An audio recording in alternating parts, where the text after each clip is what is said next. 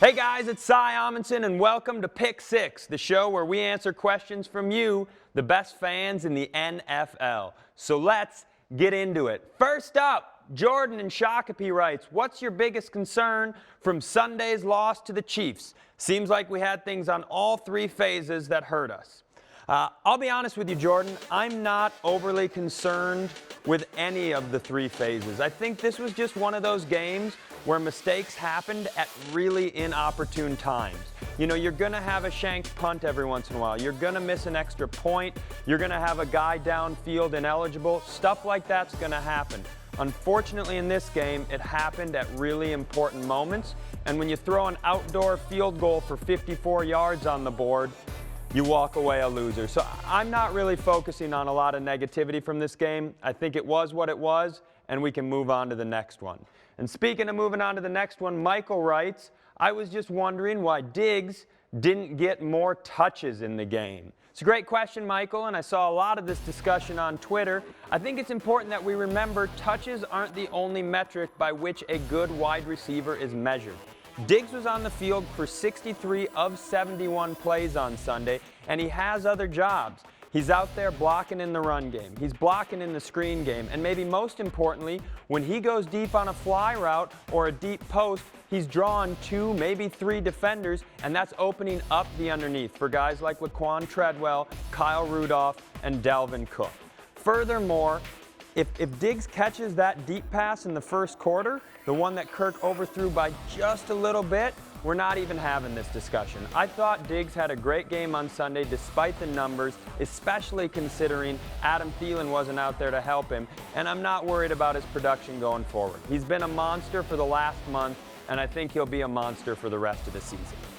Keith from Brooklyn Center writes, was great to see all the Viking fans who made the trip to KC. Everson doing the Skol chant on the road was awesome, and I could not agree more, Keith. One of the few bright spots in an otherwise frustrating day is somehow the best fans in the NFL turned Arrowhead Stadium into an almost home game. The scene of Everson, like you said, on the field leading the Skol chant was incredible.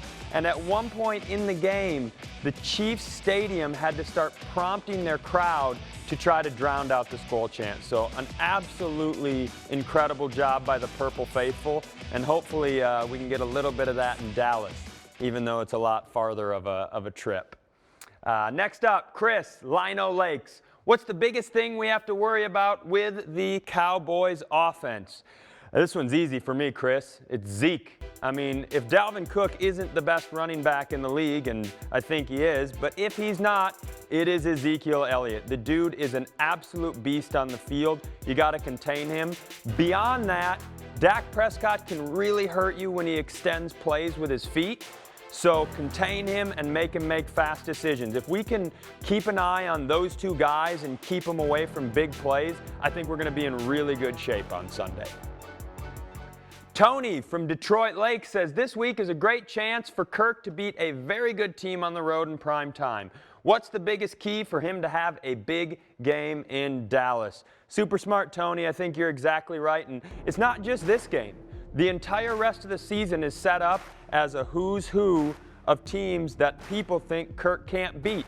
And I'm excited to see him walk into these places and knock all these challenges down. It starts Sunday night, it's prime time, it's on the road, it's against a really good division-leading team, and I think Kirk just has to be himself. He can't worry about the noise. We all know he can make the throws, we all know he can run the offense, we all know he can make good decisions, so go out there and do what you do. Take a few smart risks, make a few smart decisions when you're in trouble, and let's see if we can walk away with a victory and our quarterback looking great.